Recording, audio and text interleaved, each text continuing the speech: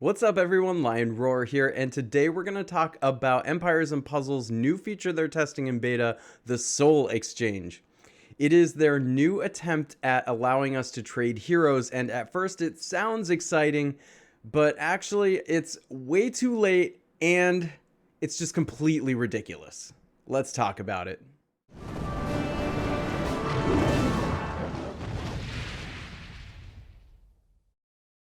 But first, join me over in Gemstone Legends. It's a fantastic match 3 RPG game, and it's players that get in early on games like this that are at the biggest advantage. Not only will you help the channel out by using the link in the description of this video, but you're going to get a free epic hero named Moralia along with a bunch of gold, gems, and potions. After you download the game, you'll have access to events which will get you even more amazing heroes and loot. Guys, wow, you don't want to miss this opportunity because you do not get it in the regular App Store. Download it now, and I will see you in Gemstone Legends. Alright, so for a little back history, Empires & Puzzles has already made an attempt at allowing us to trade heroes for other heroes, and that was through the Hero Academy. And this turned out to be a relatively epic failure. People were unhappy with this. It wasn't what they had intended. And not only that, it seemed to be weighted towards people who are whales anyway, just because of the amount of heroes you needed. But not only that, this isn't really a feature for whales because it just generally pumps out more Season 1 heroes. So you can see in the Hero Academy on the last level here, you can take one hero and trade it for another hero 1 for 1. You don't know what you're going to get. It could be anything, but it's mostly Season 1 heroes. So a lot of people were unhappy with that. It wasn't what Small Giant Games, I think, had intended, and it became a relatively useless feature. So for years and years, people have been asking, like actually ever since the beginning of this game, to be able to trade heroes. And it's something that people have wanted. I don't even know if Small Giant Games has even entertained it.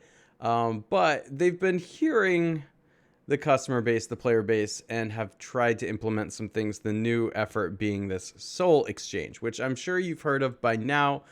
Is something that's being tested. It probably will not come out like it is listed here, but in essence, I'm not going to go into all the details because you can read it on the forum here, and there's other videos like Mr. Spock put one out. I know Anchor put one out as well, so if you really want to know what this is, you can watch their videos. But basically, you can take duplicates of heroes that you have and trade them for tiers of other legendary heroes. So legendary for legendary. But instead of being 1 for 1 like the Hero Academy, if you trade in 10 legendary heroes, you get a crappy hero or somewhat crappy hero. If you trade in 15, you get like a tier 2 hero. And if you trade in 20 heroes, you get a good legendary hero. Does that sound worth it to you? That sounds ridiculous to me. So I feel like their first attempt at this, and thank goodness it's only in beta, this has got to change. This is not a good way to do this. You can read about how the exchange is going to work, but I can already see in reading through this, there's a lot of things about this hero exchange that are going to cause problems they're not anticipating. But I'm not going to go into all of that too, because actually if you just read through this thread on their forum, you can see a lot of the problems that people are pointing out. Here's why it doesn't matter though. It's too late. It's too late for this because we're entering a new world of gaming and Empires & Puzzles is being left behind. I did a video a few weeks ago about how you can make money playing games rather than like spending money. And that's through games that are going to have what are called NFTs or non-fungible tokens. And right now, we're in the very early stages of this. There's only a few games like this. But more and more are going to be coming out. And in fact, there's some really good ones coming out right now and some that I'm thinking about playing on this channel. So make sure you're subscribed because I've got one in particular I'm excited about. But anyway, let's talk about what an NFT is for a little bit. So NFT stands for non-fungible token. That sounds kind of fancy if you have no idea what that is. That is simply part of the blockchain, which is in the world of crypto, by the way. You've heard of Bitcoin probably, but there's a whole lot of other coins too, like Ethereum and Solana and Avalanche. And these ones that I'm naming in particular, those three in particular, Ethereum, Solana, and Avalanche, have apps that can be built on top of them. And they can be turned into these NFTs. I'll try not to lose you here with this, but basically what it is a unique piece of code that's what makes it non-fungible, a unique item in the world of digital currency that cannot be copied, and it is yours to own. When you have it, it's yours. You can store it on your computer, you can put it on a hard drive, keep it in a wallet. It's literally yours. You own it. This is the new world of the internet where we're now going to have ownership over the things that are on the internet.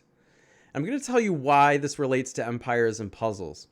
And let me just give you a sneak peek, because if you've watched my channel, you know I've played games like Magic the Gathering, which is super fun, Legends of Runeterra. I've played Magic the Gathering in real life too, by the way, where you actually own the cards.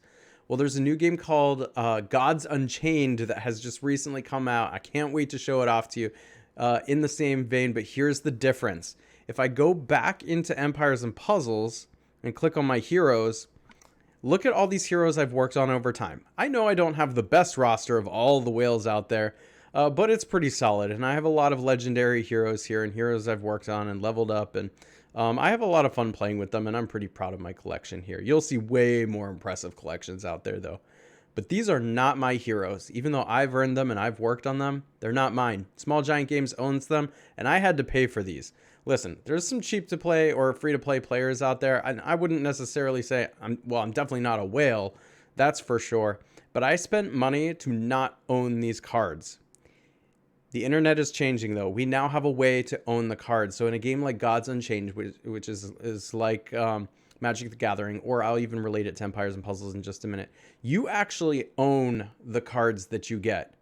So let's say you play a game like Gods Unchained where you can buy packs of cards and open them up. The ones that you open up are yours. But here's another big difference.